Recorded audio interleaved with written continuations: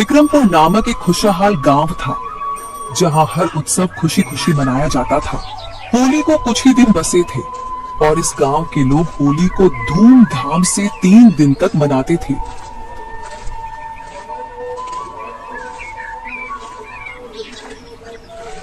होली का त्योहार नजदीक था। पूरे गांव में तैयारियां जोरों पर थीं।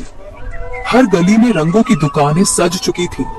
घरों में गुजिया और मिठाइयां बन रही थीं और बच्चे अपनी पिचकारियों के साथ खेलते नजर आ रहे थे।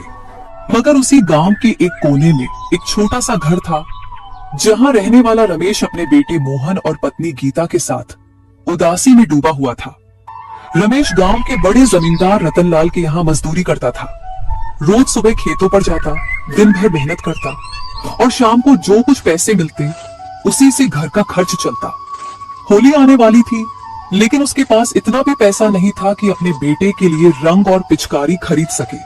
बाबूजी, इस बार होली में मैं भी अपने दोस्तों के साथ रंग खेलूंगा और पिचकारी से पानी भी मारूंगा। बेटा, मुझे माफ कर दे, इस बार भी पैसे कम पड़ रहे हैं। अगले साल जरूर तेरे लिए रंग और पिचकारी लाऊंगा। बाबूजी, पिछली बार भी आपने यही कहा था। क्या गरीब बच्चे होली नहीं मना सकते? रमेश को कुछ जवाब नहीं सूझा। उसकी आंखें नम हो गई। अगली सुबह रमेश खेतों में काम करने के बाद जमींदार रतनलाल के पास गया। मालिक, क्या कुछ पैसे उधार मिल सकते हैं? होली पर बेटे के लिए रंग और मिठाई लेनी है। अरे रमेश, तुम गरीबों की होली भी कोई होली होती है? तुम लोग त्योहार मनाने के बारे में सोचते भी कैसे हो? मालिक, मैं मेहनत करके चुका दूंगा, बस थोड़े से पैसे दे दीजिए। तभी जमींदार की पत्नी कमला देवी बीच में बोल पड़ी। रमेश, तुम्हें शर्म नहीं आती? पिछली बार भी तुमने पैसे मांगे थे। जाओ, अपने काम से काम रखो। रमेश की आंखें भर आईं, लेकिन उसने कुछ नहीं कहा। सिर झुकाकर वह वहां से चला आया। शाम को जब वह घर पहुंचा तो मोहन दौड़कर उसके पास आया।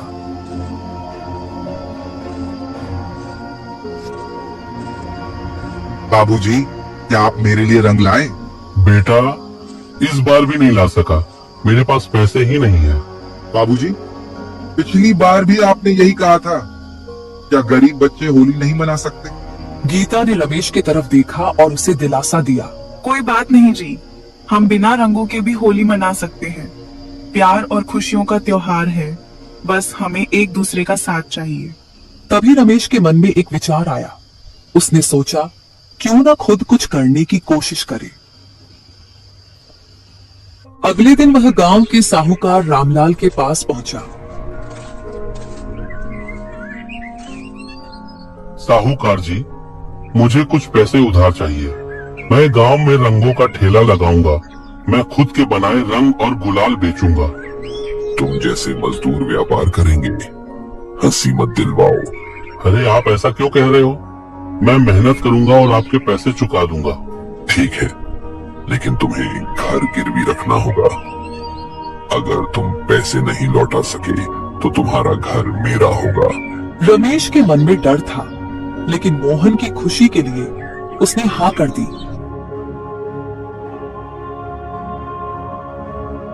उसने पैसे लेकर सूखे फूल, हल्दी और चंदन पाउडर खरीदा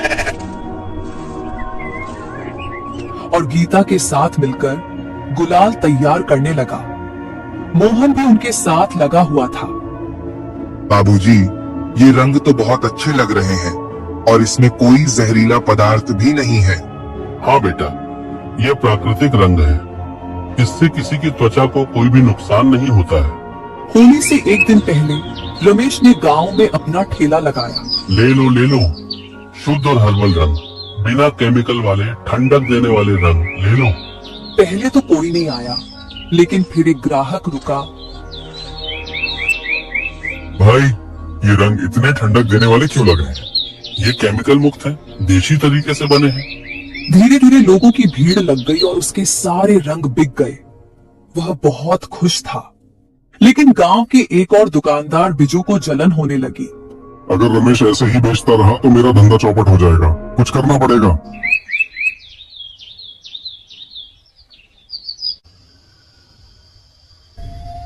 रात में बिजू और उसका साथी चुपके से रमेश के घर पहुंचे।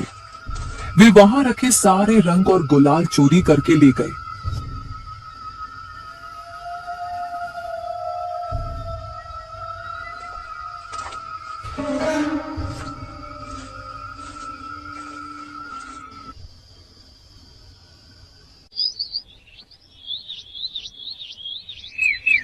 अगली सुबह जब रमेश ने देखा तो उसके पैरों तले जमीन खिसक गई। हे भगवान, ये क्या हो गया? अरे गीता कहाँ हो? अरे देखो ना, हमारे सारे रंग चोरी हो गए। अब हमारी होली क्या फिर से बेरंग रह जाएगी बाबूजी? रमेश को समझ नहीं आया कि वह क्या करे। तभी एक बूढ़ी दादी, जिन्हें उसने कुछ दिन पहले खाना खिलाया था, वह वहां आई।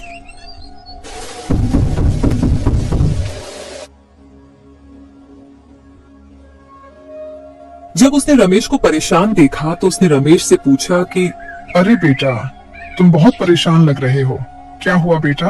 रमेश ने बूढ़ी दादी को सब कुछ बताया।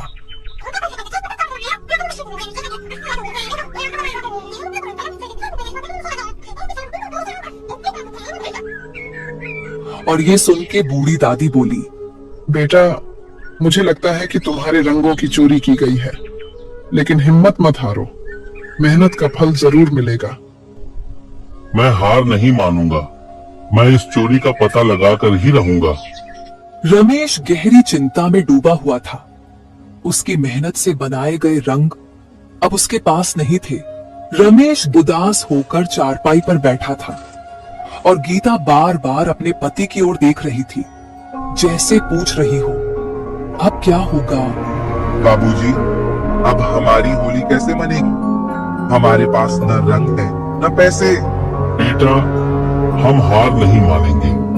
जिसने भी हमारे रंग चुराए हैं, हमें उसे ढूंढना होगा। तभी गांव में अफवाह फैलने लगी कि बिजू के ठेले पर अचानक बहुत अच्छे गुलाल और रंग बिकने लगे हैं। रमेश का दोस्त रवि भागता हुआ उसके पास आया। रमेश भाई, ये देखो, बिजू वही रंग और गुलाल बेच रहा है जो तुमने बनाए थे। रमेश के मन में आग भड़क उठी। उसने तुरंत फैसला कर लिया कि अब वह चुप नहीं बैठेगा। बिजू की दुकान पर भीड़ लगी हुई थी। गांव के लोग वहां से रंग और गुलाल खरीद रहे थे। रमेश गुस्से में वहां पहुंचा और जोर से बोला,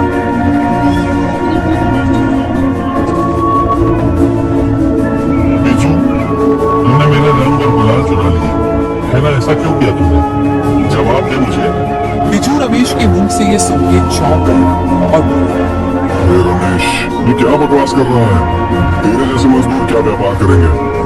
रमेश को गुस्सा आ गया, लेकिन उसने खुद को संयम में रखा। गांव वालों, तुम सब जानते हो कि मैंने अपने हाथों से ये रंग बनाए थे। देखो, मेरे रंगों की खासियत थी कि ये ठंडक देते थे। क्या बिजू के गुलाल में भी वही ठंडक है? गांव के कुछ लोगों ने गुलाल उठाकर महसूस किया और बोला, सच में रमेश का गुलाल भी ऐसा था। तो फिर बिजू के पास ये रंग आए कहां से? अब लोगों में फुसफुसाहट होने लगी। गांव वालों को शक हो गया कि बिजू ने चोरी की होगी। बेटा, जब मैंने तेरे घर पर रंगों का ढेर देखा था, वो ठीक वैसा ही था जैसा अब यहाँ दिख रहा है।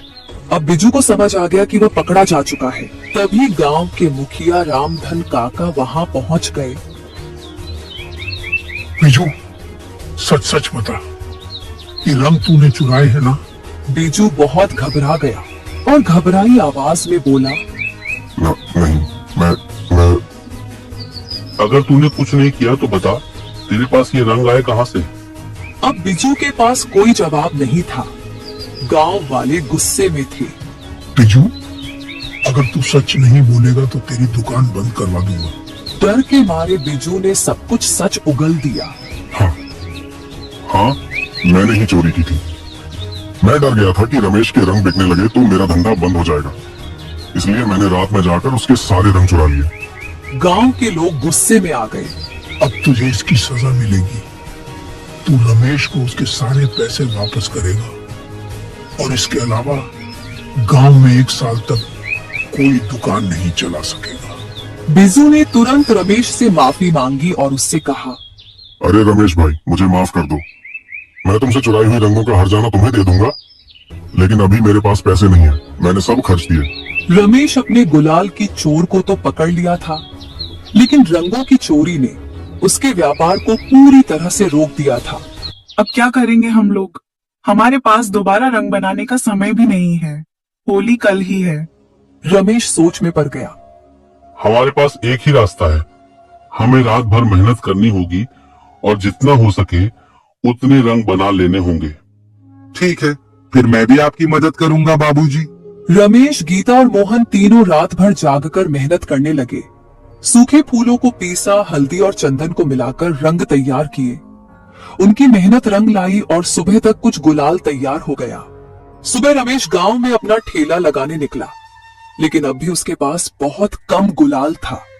तभी गांव में एक बड़ा व्यापारी लालचंद वहां से गुजर रहा था।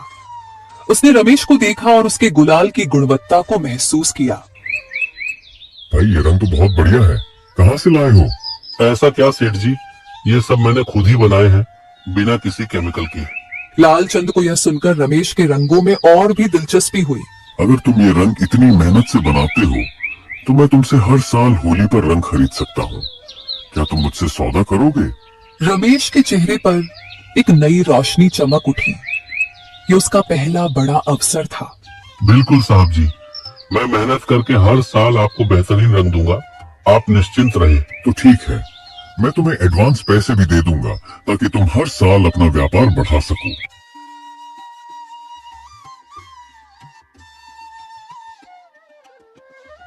रमेश को जैसे अपनी मेहनत का सच्चा इनाम मिल गया था। रमेश के मन में एक नई ऊर्जा थी। पहली बार किसी ने उसकी मेहनत को सराहा था और उसे आगे बढ़ने का मौका मिला था। लालचंद ने उसे रंग बनाने का बड़ा ऑर्डर दिया था और एडवांस पैसे भी दे दिए थे। जब लालचंद राकेश से यह सब बात कर रहा था तो मोहन भी ये सब सुन लेता है और ये सुन के वह उत्साह से बोला, बाबूजी, अब हम अमीर बन जाएंगे। अब तो हम भी नए कपड़े खरीद सकेंगे, मिठाइयाँ खा सकेंगे। रमेश हंस पड़ा और मोहन से खुश होकर बोला, हाँ बेटा, लेकिन अभी बहुत मेहनत करनी होगी। यह तो शुरुआत है, हमें इसे बनाए रखना होगा ताकि व्यापार अच्छा चले। यही सब बात करके रमेश अपनी सारे गुलाल लालचंद को देके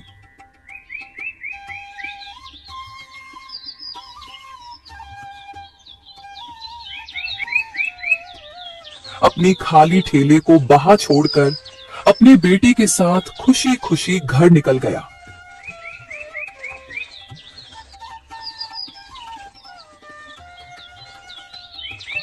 गीता, जो अब तक चिंतित थी, पहली बार मुस्कुराई। भगवान का शुक्र है कि हमारी मेहनत रंग लाई। अब हमें और अच्छे रंग बनाने होंगे। रमेश और गीता ने लालचंद के लिए रंग बनाने की योजना बनाई, लेकिन गांव में कुछ लोग ऐसे भी थे जिन्हें रमेश की यह तरक्की पसंद नहीं आ रही थी। यह रमेश अब अपने पैरों पर खड़ा हो रहा है, यह तो मजदूर था, अब व्यापारी बनने चला है। हाँ मालिक, अगर रमेश सफल हो गया तो आगे चलकर हमें कोई मजदूरी करने वाला नहीं मिलेगा। हमें कुछ करना होगा, वरना यह आगे बढ़ता ही जाएगा। मैं इसे फंसाने के लिए एक चाल सोचता हूँ। हमें ऐसा करना होगा कि रमेश को फिर से कर्ज में डुबो दे। ये सब बात करके दोनों ने मिलकर एक साजिश रची। रमेश और गीता दिन रात मेहनत कर रहे थे। मोहन भी छोटी मोटी मदद करने लगा था। सब कुछ ठीक चल रहा था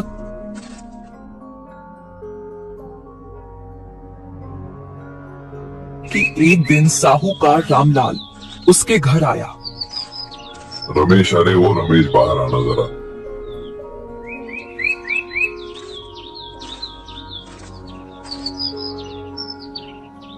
रमेश, सुना है कि अब तू व्यापारी बन गया है। बहुत बढ़िया, लेकिन बता, जो कर्ज तूने लिया था वो चुका पाएगा ना? हाँ हाँ साहूकार जी, मैं धीरे धीरे चुका दूंगा। मेरे पास अब काम है, मैं समय पर पैसे लौटा दूंगा। देख रमेश, हम तुझ पर भरोसा करते हैं, लेकिन व्यापार में बड़े लोग भी फेल हो जाते हैं। तू मजदूर आदमी है, अगर तेरा व्यापार नहीं चला तो क्यों ना मैं तुझे एक और कर्ज दे दूं, जिससे तू और ज्यादा रंग बना सके। व्यापार बड़ा होगा तो तू जल्दी कर्ज चुका पाएगा। रमेश सोच में पड़ गया। उसे लालचंद से पहले ही पैसे मिल चुके थे, लेकिन अगर व्यापार को और बड़ा करना है तो उसे और पैसे चाहिए होंगे।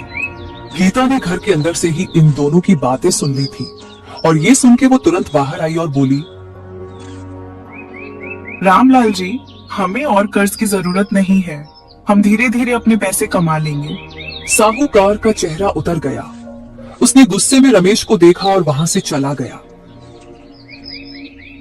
अगले कुछ दिनों तक रमेश और गीता ने खूब मेहनत की। गांव में लोग अब रमेश के बनाए रंग खरीदने लगे थे, लेकिन जमींदार और साहूकार यह सब देखकर जल रहे थे। कुछ समय के बाद रमेश की दुकान के पास जमींदार के आदमी आए और रमेश को धमकी देने लगे। अबे रमेश, तूने जमींदार के खेतों में मजदूरी करनी छोड़ दी और खुद का व्यापार खोल लिया। ये हमें बर्दाश्त नहीं। ये सुन के रमेश बहुत डर गया और डरते हुए बोला, ये क्या बोल रहे हो तुम लोग? मैं तो बस मेहनत कर रहा हूँ ना। मैंने तो तुम लोगों का कोई नुकसान नहीं किया। अब मजदूर व्यापार करेंगे। वाह भाई वाह, हंसी मत दिलवा। अगले दिन लालचंद गांव के लोगों से रमेश का घर का पता करके उसके घर आया। रमेश, मैंने सुना कि तुम्हारे साथ नाइंसाफी हुई। मोहन उसे लेकिन मैं उदास होते तुम्हारी देख मेहनत रहा पर था। भरोसा करता हूँ। बाबूजी, क्या तू तैयार हो आप एक और हार मौका क्यों मान पाने रहे के हो? लिए? हाँ आपने हमें लालचंद जी, सिखाया था मैं पूरी मेहनत करूंगा। मेहनत से सब कुछ लालचंद ने मुमकिन है। रमेश को और बड़ा अगर ऑर्डर हमारे दिया रंग बर्बाद और इस हो बार गए उसे तो क्या मदद हुआ? के लिए कुछ लोग हम भी दिए। फिर से मेहनत अब रमेश करेंगे। अकेला नहीं था। गीता ने भी मोहन के कुछ लोग जो वह रमेश को हौसला देते हुए बोलती है, उसकी हाँ जी, मदद हम के फिर लिए से आगे शुरुआत आए। करेंगे। रमेश इस बार जब अपने हमें रंगों कोई को नहीं हरा तैयार पाएगा। करने में लगा था, रमेश ने अपनी पत्नी और बेटे की आंखों में विश्वास देखा। तभी बिजू ने फैसला कर लिया कि वह दोबारा सब कुछ शुरू करेगा और कड़ी मेहनत करेगा। रमेश, मुझे अपनी गलती का एहसास हो गया है। क्या तुम मुझे भी अपने साथ काम करने दोगे? बाबूजी, इस पर भरोसा मत करो। इसने पहले भी हमें धोखा दिया है। रमेश सोच में पड़ गया। क्या बिजू सचमुच बदल गया था या यह कोई नई चाल थी? रमेश बिजू की ओर संदेह भरी नजरों से देख रहा था। मोहन और गीता को भी भरोसा नहीं था कि वह अपनी पुरानी आदतें छोड़ चुका होगा। बाबूजी, इसे अपने साथ काम मत करने दो। ये आदमी धोखेबाज है। बिजू, अगर तुम सच में पछता रहे हो तो ये साबित करो कि तुम बदले हो। बिजू ने सिर झुका लिया और थोड़ा भावुक होकर बोला, रमेश भाई, मैं सच में बदलना चाहता हूँ। मैंने अपनी गलती समझ ली है। मुझे एक मौका दो, मैं तुम्हारी मदद करना चाहता हूँ। रमेश सोच में पड़ गया। एक तरफ उसे बिजू पर भरोसा नहीं था, लेकिन दूसरी तरफ उसे मदद की जरूरत थी कि लालचंद ने बहुत बड़ा ऑर्डर दिया था। लालचंद को उत्सव के लिए बहुत सारे गुलाल की जरूरत थी। कुछ देर सोचने के बाद रमेश ने कहा, ठीक है बिजू, मैं तुम्हें एक मौका देता हूँ, लेकिन अगर तुमने दोबारा कोई चाल चली तो इस बार माफी नहीं मिलेगी। ये सुन के बीजू बहुत खुश हो गया और फिर रमेश, गीता, मोहन, बिजू गांव के 2 आदमी मिलकर फिर से रंग बनाने में जुट गए। ऐसे ही थोड़े समय बाद रमेश ने सबकी मदद से लालचंद को ढेर सारा रंग दे दिया और फिर से गांव में रंग बेचने लगा। रतनलाल और रामलाल को यह खबर मिली कि रमेश दोबारा अपने काम में जुट गया है। यह आदमी हार मानने का नाम ही नहीं ले रहा। इसे फिर से रोकना होगा। इस बार इसे पूरी तरह से खत्म करना होगा।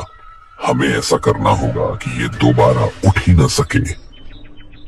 यही सब बात करके उन्होंने मिलकर फिर से एक चाल चली।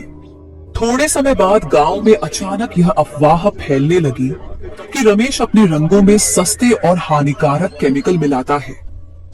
अगले दिन जब रमेश अपने ठेले पर रंग बेच रहा था, तभी कुछ गांव वाले आए और गुस्से से बोले, रमेश, तुम्हारे रंग से हमारे बच्चों की त्वचा लाल हो गई।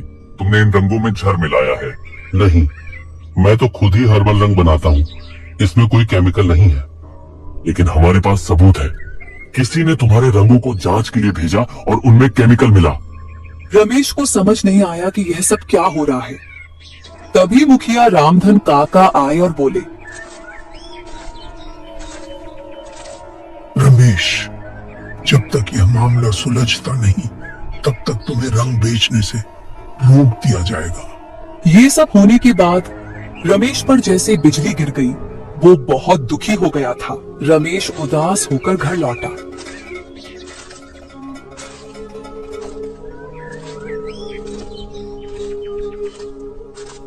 बाबूजी, गांव में ये सब गलत अफवाहें कौन फैला रहा है? जरूर ये कोई साजिश है। कोई आपके रंगों को बदनाम करना चाहता है। मुझे लगता है कि ये जमींदार और साहूकार का ही काम है, लेकिन हमें इसका सबूत चाहिए। मोहन और बिजू ने तय किया कि वे इस साजिश का सच सामने लाएंगे। रात को दोनों चुपचाप साहूकार के गोदाम के पास गए। वहां उन्होंने देखा कि कुछ लोग रमेश के जैसे ही दिखने वाले पैकेट्स में सस्ते और हानिकारक रंग भर रहे थे। देखो, ये लोग जहरीले रंग बना रहे हैं और इन्हें मेरे बाबूजी के नाम से बेच रहे हैं। अब ये बच नहीं पाएंगे।